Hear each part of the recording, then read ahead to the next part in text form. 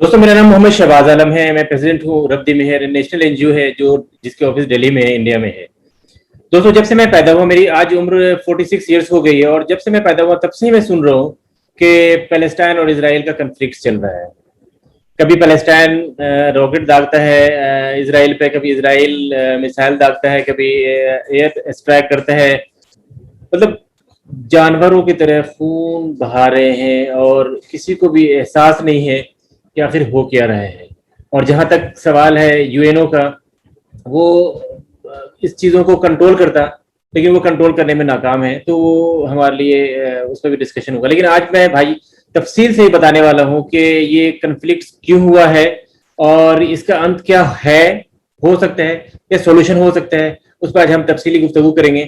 Please आप हमारे साथ बने रहिए, और हम आज पूरी तफसीली गुफ्तगू करने वाले हैं इस टॉपिक पे, और इन चीज़ों को समझने की कोशिश करते हैं।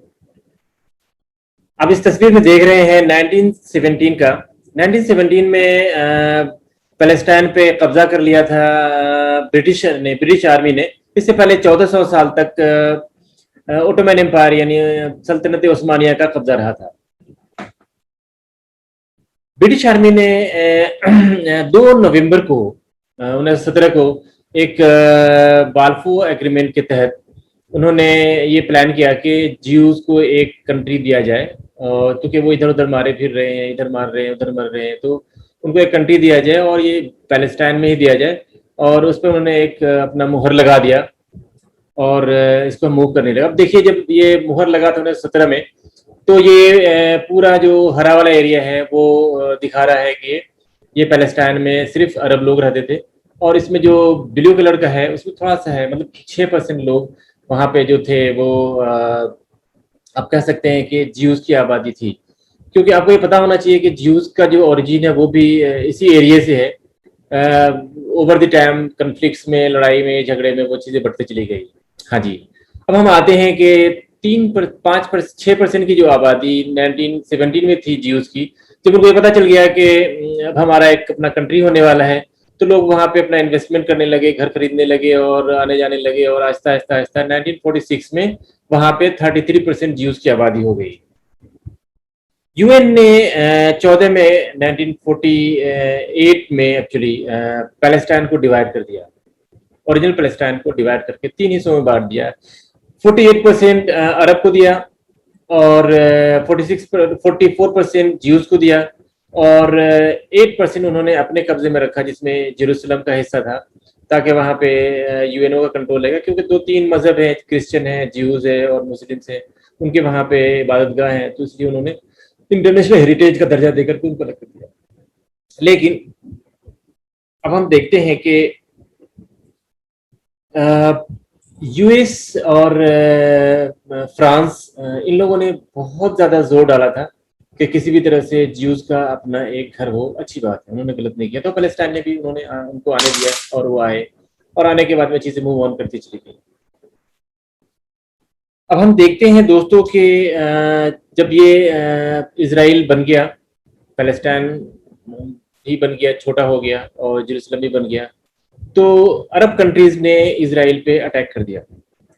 लेकिन वो अटैक बहुत ज़्यादा नुकसानदेह रहा, और अब जो इसराइल था वो और बड़ा हो गया, और ज़्यादातर हिस्से का, फिलिस्तीन का भी हिस्सा उन्होंने कब्जे में ले लिया।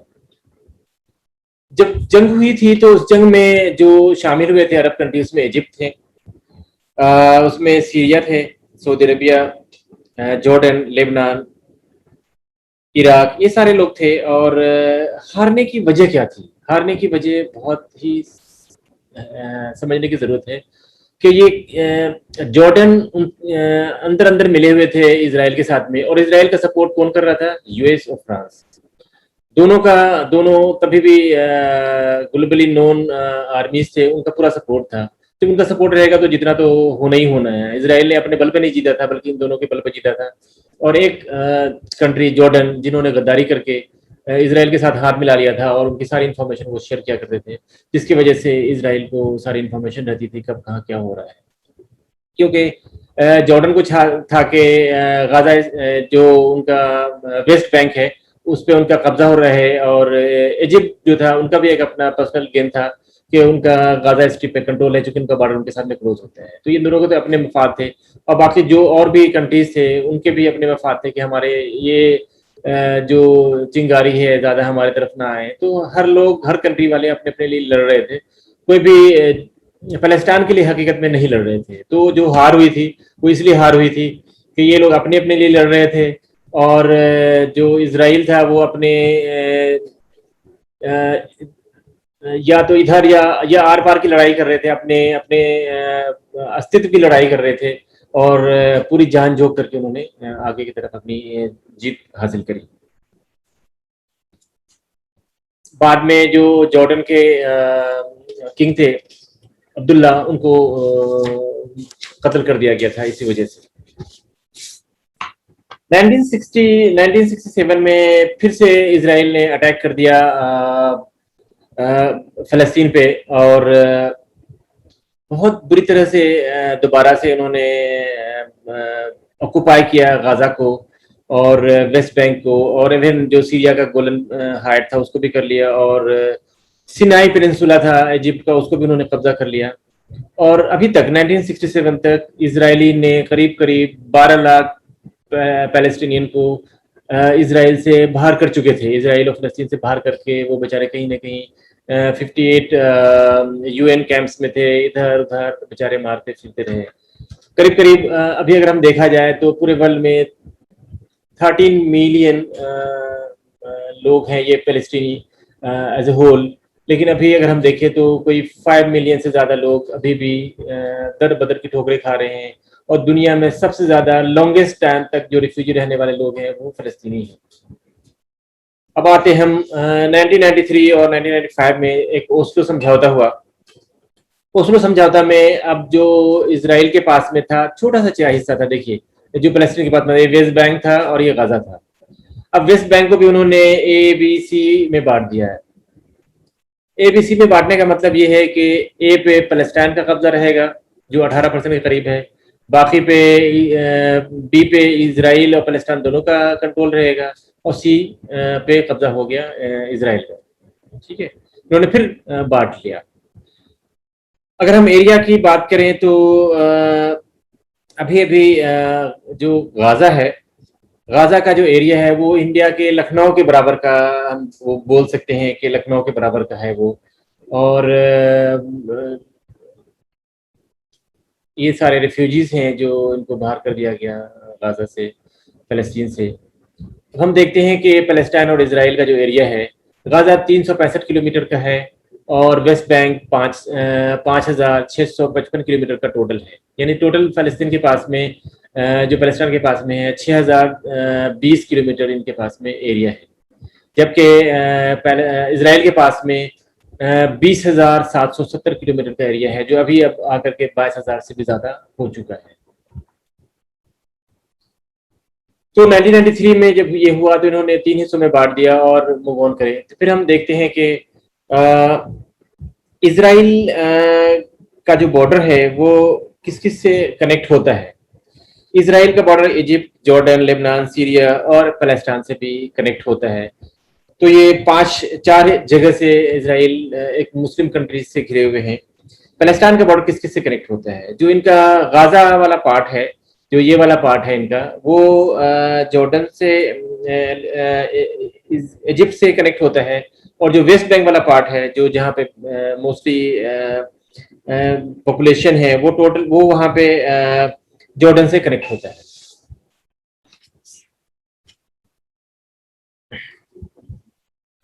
अभी हम और भी इसकी तफसील गुफ्तगू करने वाले हैं कि फ़लस्तीन के रिफ्यूजी कैंप्स के बारे में हमने आपको बता दिया कि कहाँ कहाँ ये फैले हुए हैं।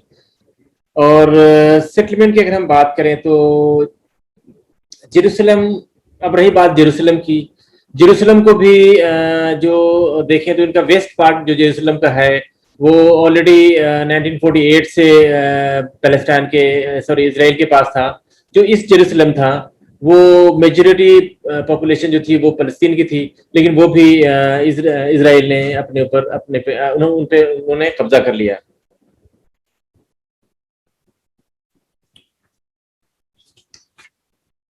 अब इनको देखिए कि जो ओल्ड सिटी है जेरूसलम की, जहाँ पे मुस्लिम, क्रिश्चियंस और ज्यूज तीनों के लिए होली प्लेस माना जाता है।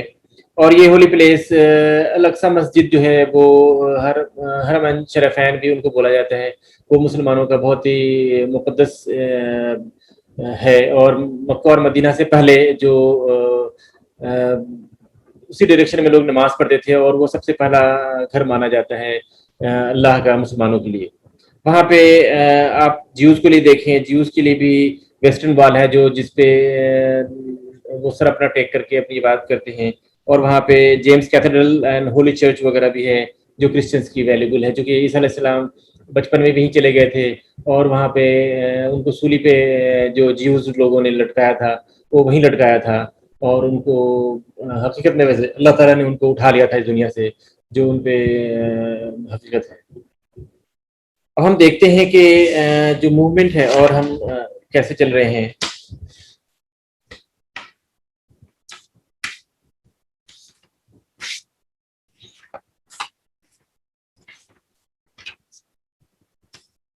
अब हम देखते हैं कि पैलेस्टीनियन कितने हैं अभी। अगर हम पैलेस्टीनियन की देखें कि पैलेस्टीनियन कितने रहे हैं, तो वेस्ट बैंक में करीब 3 मिलियन की आबादी है उनकी अभी, और गाजा में 2 मिलियन की है। टोटल 5 मिलियन की आबादी अभी है, जो जिसको हम कह सकते हैं कि वो पैलेस्टाइन में अभी रह रहे हैं। और कुछ आबादी उनकी 1.7 मिलियन के करीब उनकी आबादी इसराइल में भी है। तो हम देखते हैं कि ज्यूज की आबादी कितनी है पैलेस्टाइन में, और अदर पार्ट्स में भी कितनी है। तो ज्यूज की आबादी करीब करीब 6 मिलियन से ज़्यादा, 6 to 7 मिलियन हो चुकी है अभी इसराइल में। और करीब करीब 6 मिलियन to 7 मिलियन आबादी अभी यूएस में इनकी है। मतलब आप ये कह सकते हैं कि इसराइल की आबादी में, इसराइल में जो ज्यूज हैं और जो अमेरिका में ज्यूज है, दोनों की आबादी बराबर बराबर चल रही है। उसके बाद 4.5 मिलियन फ्रांस में है, इसलिए बराबर फ्रांस भी ज्यूज के सपोर्ट में खड़ा हो जाता है। उसके बाद 3.92 मिलियन जो है वो कनाडा में है, और other parts of the world में 1.5 मिलियन के करीब ज्यूज की आबादी है। एक सवाल जो हमारे सामने में खड़ा होता है कि गोल्डन पीरियड ज्यूज का क्या था। ये सारे ज्यूज हैं जो दिख रहे हैं आपको, गोल्डन पीरियड क्या था उसका। गोल्डन पीरियड उनका था 300 साल, जो वो 300 साल जहाँ पे इन्होंने इनके हुकूमत में गुजारा है। ओटोमन एम्पायर के हुकूमत में 300 साल तक ज्यूज को सुकून मिला है। उससे पहले इतनी सुकून नहीं मिली उनको, और सबसे ज़्यादा सुकून उनको मिला था क्योंकि ज्यूज ने ही स्पेन में एंट्री कराने के लिए पूरा रास्ता खोला था, और पूरा यूरोप का रास्ता खोला था। तो उन्होंने, चूंकि उनकी क्रिश्चियन से उस समय ज़्यादा लड़ाई चल रही थी, तो उनसे उनको बदला लेना था, और उन्होंने ओटोमन एम्पायर को बहुत सपोर्ट किया, जिसकी वजह से ओटोमन एम्पायर आधी दुनिया से ज़्यादा हिस्सों में फैली और कामयाब भी रही। हम ये देखते हैं कि एक सवाल खड़ा होता है कि इसराइल ने 4-5 अरब कंट्रीज को इकट्ठे कैसे हराया, एक बार नहीं, 2 बार नहीं, कई बार हराया। बहुत सिंपल सी बात है, जब जब इसराइल ने लड़ाई की है अरब से, तो अरब के छोटे छोटे कंट्रीज थे जिन्होंने लड़ाई करी, लेकिन उनके साथ में, इसराइल के साथ में हमेशा यूएस, फ्रांस साथ साथ रहा। चेकोस्लोवाकिया ने भी एक बारी साथ दिया था उनका। और जब अमेरिका और फ्रांस सपोर्ट कर रहा है, तो इसराइल का क्या मतलब। इसराइल ने तो हराया नहीं, हराने वाले तो ये लोग थे जिन्होंने पर्दे के पीछे खड़े होकर के इसराइल को सपोर्ट किया और इसराइल को जितवाया है। और ये लोग हारे क्यों, अरब वाले हारे क्यों। अरब वालों को हारने में जो सबसे इंपॉर्टेंट चीज थी वो ये थी कि उन्होंने फिलिस्तीन को आज़ाद कराने के लिए नहीं लड़े। वो जॉर्डन एक नंबर का गद्दारी का काम करता था। वो अरब होने के बावजूद भी वो फिलिस्तीन से दगाबाजी कर रहा था, और सारी इंफॉर्मेशन उनके मूवमेंट की दे रहा था इसराइल को, क्योंकि उनको चाहिए था वेस्ट बैंक, इजिप्ट को चाहिए था गाजा पट्टी, और इन लोगों की अपनी एक पर्सनल गेम थी। बाकी इराक, सऊदी अरबिया और जो सीरिया वगैरह थे, इनको भी अपनी जान बचानी थी, जबकि सीरिया की भी गोलन हाइट चली गई, और सिनाई पेनिनसुला जो इजिप्ट का था वो भी चला गया। तो ये लोग हारे इसलिए थे क्योंकि इनकी इनकी लड़ाई कभी भी फलस्तीन के लिए नहीं लड़ी इन लोगों ने, इन्होंने अपने फायदे के लिए ही लड़ी। और इसराइल ने हमेशा इसलिए जीत हासिल करी क्योंकि जीताने में इनके पीछे यूएस और फ्रांस का हाथ था। वो अपने बलबूते पे नहीं जीत पाए हैं कभी भी, और न जीत सकते थे। इजराइल का बड़ा ख्वाब क्या है? उनका ग्रेटर इजराइल का ख्वाब है। ग्रेटर इजराइल बोले तो वो चाहते हैं कि पूरे फ़लस्तीन पे, पैलेस्टाइन पे उनका कब्जा हो। उसके साथ साथ वो चाहते हैं कि Syria, Jordan, Iraq, Iran, Turkey और सऊदी अरेबिया पे भी उनका कब्जा होगा। और ये अपने ग्रेटर इजराइल के मैप पे इन लोगों ने इन्होंने बना रखा है, और ये चाहते हैं कि इनको इसी तरह से मूव कराएं। और हकीकत में देखें तो इनका ये सपना है। अब इनका ये सपना कैसे साकार हो सकता है ये हम नहीं बता सकते हैं, लेकिन ये वक्त बताएगा। लेकिन ये जाइए कि ये इनका ये नहीं है कि सिर्फ ये इजराइल को, ये फ़लस्तीन को अभी किनारे कर रखे हैं, 10% बना के छोड़ रखा है। इतना ही नहीं है, बल्कि इन सारे कंट्रीज पे भी इनको कब्जा करने का प्लान है, फ्यूचर प्लान है, जिसके लिए अमेरिका से और फ्रांस से इनकी फंडिंग जाती है। और आपको पता होना चाहिए कि फ्रांस ने ही न्यूक्लियर रिएक्टर का डेवलपमेंट किया है इसराइल का, और उसके डिफेंस सिस्टम को उन्होंने फंडिंग करी है, ट्रेनिंग करी है, और उनको पूरा आर्म्स एनिमिनेशन दिया है। और अमेरिका ने तो खैर अमेरिका की बेबी ही है इसराइल, उन्होंने उसको जन्म दिया है। और ब्रिटिश उनके पापा हैं, चूंकि उन्होंने ही उनको पाला पोसा और उनको तैयार किया है, क्योंकि उन्होंने वादा कर दिया था 1970 में हम देंगे, तो उनको तो उनके लिए तो मोहब्बत की बात है ही है। तो ये यूएस, फ्रांस और यूके, इन तीनों ने मिलकर के इसराइल को खड़ा किया है। और आप जानिए कि इसराइल और पैलेस्टाइन, आईपी आता है यहाँ पे, और अगर हम देखें तो दूसरी तरफ इंडिया पाकिस्तान भी आता है, इसमें भी आईपी आता है। दोनों की सिमिलरिटीज जो है बहुत कॉमन सी है। ब्रिटिश जब भी कोई काम करते हैं तो वो उलझा के चले जाते हैं। जब उन्होंने पैलेस्टाइन को डिवाइड किया तो इसराइल पैलेस्टाइन को बनाया, साथ में जेरूसलम भी बना दिया। उनको पता था कि जेरूसलम पे बाद में जो है वो इसराइल ही कब्जा कर लेगा, इसराइल का ही हो जाएगा, और इनकी आपस में जानी दुश्मनी रहेगी, और इसी में ये लड़ते मरते रहेंगे, और ताकि इनकी आर्म्स एम्यूनिशन बिकती रहे।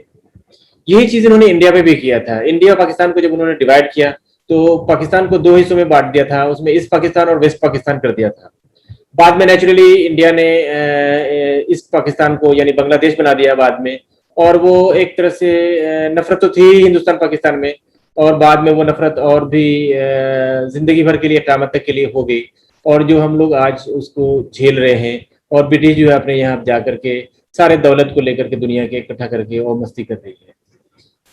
हाँ, अगर हम बात करें कि क्या कुछ इसका हो सकता है, सोल्यूशन क्या है इसका, अगर हम सोल्यूशन की तरफ मूव ऑन करना चाहते हैं कि कैसे सोल्यूशन हो सकता है, सोल्यूशन होने का भी है जी। सबसे पहली चीज ये है कि करीब करीब टोटल आबादी पैलेस्टाइन की 13 मिलियन है, यानी 1,30,00,000 के करीब आबादी अभी है, जो कुछ 5 मिलियन अभी पैलेस्टाइन में है, और 10 मिलियन 5 मिलियन पैलेस्टाइन में है, और 8 मिलियन पैलेस्टाइन के आसपास के कंट्रीज में अभी रिफ्यूजी की जिंदगी गुजार रहे हैं। उनको इकट्ठा करने की जरूरत है, उन सबको इकट्ठा करके पैलेस्टाइन लाने की जरूरत है। और जितनी भी फ्रेंडली कंट्री हैं, जिसको अपने आप को वो 67 और 65 कंट्रीज ओआईसी कंट्रीज बोलते हैं, कि वो इसराइल के लिए लड़ने के लिए तैयार हैं, उनके लिए करने के लिए तैयार है, तो मुझे नहीं लगता है कि कोई भी कंट्री इसराइल के लिए लड़ने के लिए तैयार है, क्योंकि ये लोग सिर्फ बोलते हैं और ये कुछ करते नहीं। अगर इनके पास कुछ करने की क्षमता होती तो ये कब के कर चुके होते। इनके अपने अपने पर्सनल गेन होते हैं। लेकिन मैं चाहता हूं और मैं रिक्वेस्ट करता हूं इन लोगों से जो अपने आप को बताते हैं कि हम इसराइल और फलस्तीन के बीच में एक कन्फ्लिक्ट को खत्म करना चाहते हैं, अगर खत्म करना चाहते हैं तो उनको चाहिए कि, स्पेशली मैं बात करता हूं अभी जो नया फेस अगर हमने देखा है सपोर्ट में पैलेस्टाइन के, तो टर्की है, पाकिस्तान है, ईरान है, और बाकी अरब कंट्रीज हैं। तो उनको चाहिए कि वो वहाँ पे अपनी आर्मी, नेवी और एयरफोर्स को डिप्लॉय करे, और उनको बिल्कुल जैसे इसराइल की फौज तैयार है, जैसे इसराइल की फौज को फ्रांस, यूएसए और यूके और चेकोस्लोवाकिया ने इक्विप कर दिया है, और आज दुनिया की 20 बड़ी आर्मी में गिनी जाती है।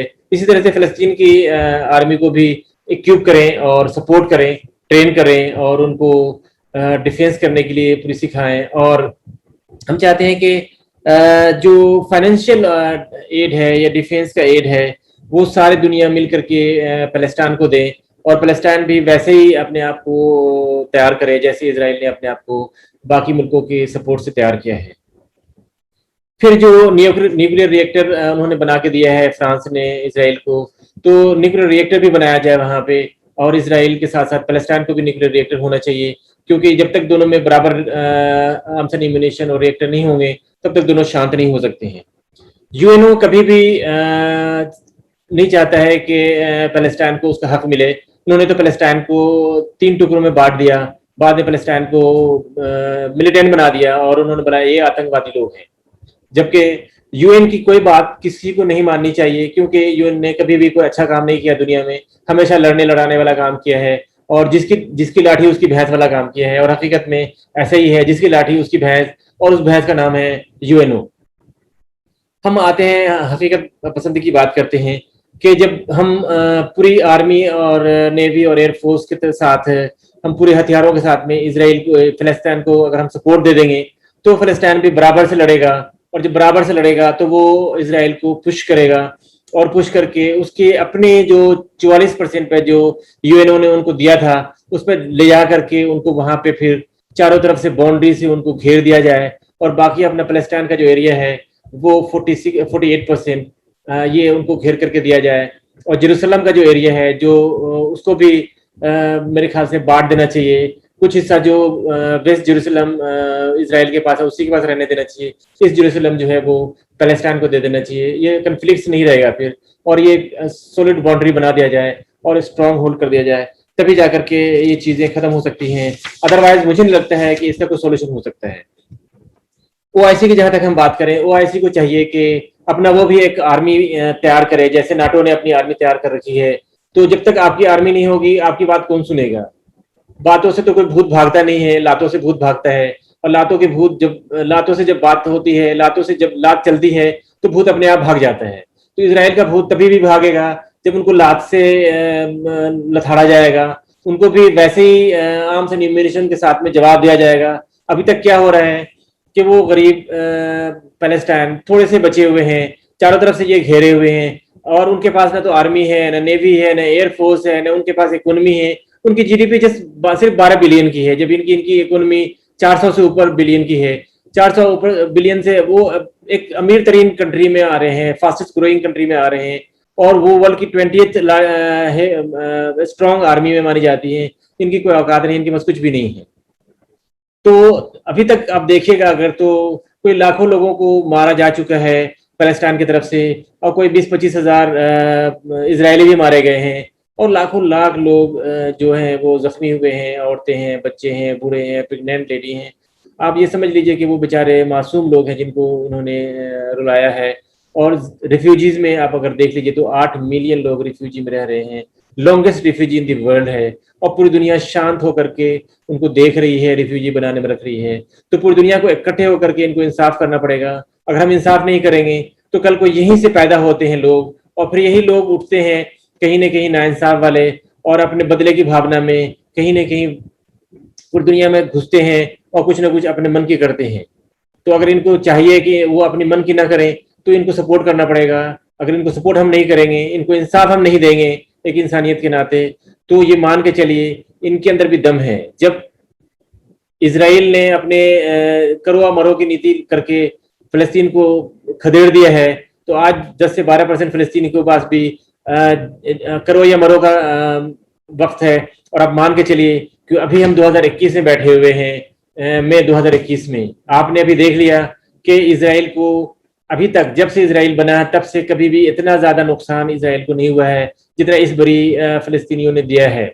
इसका मतलब है कि अब फिलिस्तीन के लिए भी करो या मरो की का टाइम आ गया है, इसलिए वो अपने आप को या तो खत्म हो जाएंगे या इसराइल को खत्म कर देंगे। तो हम दुनिया से ये रिक्वेस्ट करते हैं इससे पहले कि इसराइल और फिलिस्तीन दोनों एक दूसरे को खत्म करने के लिए तुल जाएं, और तुले हुए हैं, और आज खत्म करें या कल खत्म करें, 6 महीना में या साल भर में हो सकता है एक दूसरे को खत्म ही कर देंगे।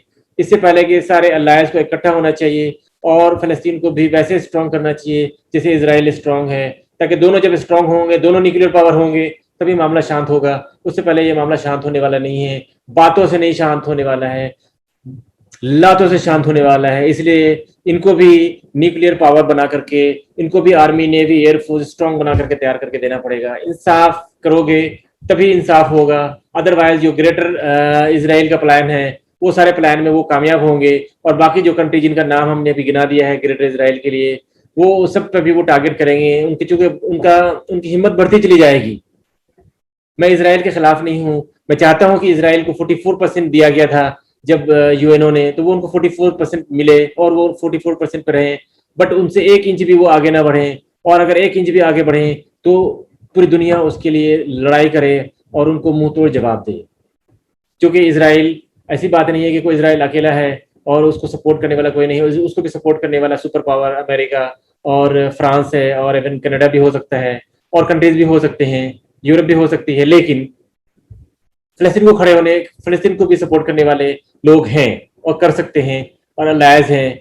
चाइना भी कर सकता है क्योंकि चाइना का भी उसमें मफाद है, रशिया भी कर सकता है। बाकी इंडिया को भी कोई इश्यूज नहीं है, इंडिया वैसे फ्रेंडली कंट्री है इसराइल का, तो वो शायद न्यूट्रल गियर में रहे। लेकिन चलिए कोई बात नहीं है, लेकिन बाकी कंट्रीज तो हैं जो उनको सपोर्ट कर सकते हैं।